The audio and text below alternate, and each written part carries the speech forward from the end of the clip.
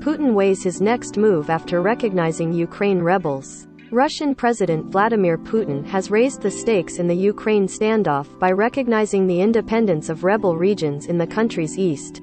Moscow, Russian President Vladimir Putin has raised the stakes in the Ukraine standoff by recognizing the independence of rebel regions in the country's east, and a key question now is whether he will stop at that or try to move deeper into Ukraine.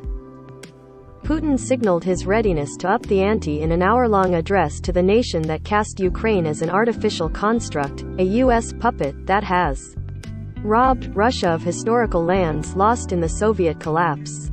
But at the same time, the Russian leader appeared to keep the door open for diplomacy if the West agrees to Moscow's security demands. Russia wants the U.S. and its allies to keep Ukraine and other ex-Soviet nations from joining NATO, halt weapons deployments there and roll back alliance forces in Eastern Europe, demands the West has dismissed as non-starters. On Tuesday, Putin offered a streamlined version of his top demands, saying that Ukraine should renounce its bid to join NATO, partially demilitarize and recognize Russia's sovereignty over Crimea, the Black Sea Peninsula that Russia annexed from Ukraine in 2014. Given NATO's position to keep an open door to potential new members, Putin said, one way out of the impasse would be for Ukraine to drop its plans to join the alliance and adopt a non-aligned, neutral status. Putin, who quickly received permission from the Kremlin-controlled parliament to use military force in Ukraine, also insisted that he has not yet sent troops into the rebel regions, despite Western leaders' claim to the contrary. Asked how far Russian troops could push if sent to the rebel east, Putin responded coyly that it's impossible to forecast a specific pattern of action, it will depend on a concrete situation as it takes shape on the ground. The U.S. and its allies have responded to Moscow's latest move with new sanctions and threatened even more crippling penalties in case of an all-out invasion, including tough financial restrictions and draconian bans on technology imports. But Putin shrugged off the threats and said that Washington would inevitably ramp up sanctions anyway to contain Russia. Putin has grown tougher, more intransigent and aggressive, said Moscow-based political analyst Dmitry Oreshkin, explaining that Putin could ponder a future offensive to capture territories in southern Ukraine all the way to the Black Sea port Odessa, but that he probably would not rush it. Putin sees himself as a great collector of Russian lands, a view that drives him to take brazen steps that would harm national interests, Oreshkin added. The Russian leader's no-holds-barred approach comes as Russia has amassed over 150,000 troops that surround Ukraine on three sides in what the U.S. sees as a sign of an imminent invasion. In a long rant, Putin scathingly described Ukraine as a creation of Soviet founder Vladimir Lenin and other communist leaders of the Soviet Union that unfairly included big swaths of land that once belonged to Russia.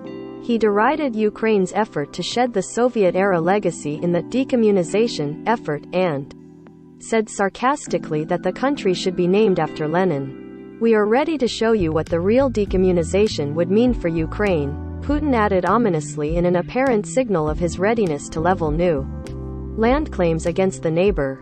Russian Foreign Minister Sergei Lavrov also openly questioned Ukraine's sovereignty and territorial integrity. He said Tuesday that those principles are only valid in relation to governments that represent entire nations and contended that the Ukrainian regime falls short of that standard because it does not represent the whole country. In a potential precursor of more land claims, Putin emphasized that Russia has recognized the rebel regions in the borders that existed when they proclaimed their independence in 2014. Ukraine has retained control of about two-thirds of the Donetsk and Luhansk regions, including the major port of Mariupol on the Azov Sea, following the 8-year separatist conflict that has killed over 14,000. Putin himself said the rebels should negotiate with Ukraine to determine their region's borders, but separatist leaders held open the prospect for a future offensive to seize more territory. Donetsk separatist leader Denis Pushilin said Tuesday that time will show what next moves we will take.